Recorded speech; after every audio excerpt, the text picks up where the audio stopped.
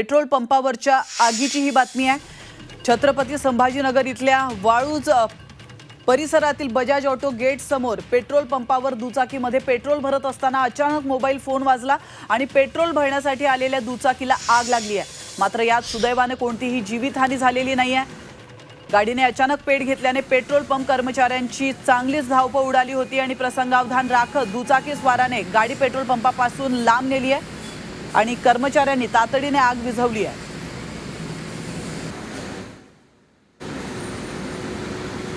तर आपण या सीसीटीव्हीच्या माध्यमातून पाहू शकतो।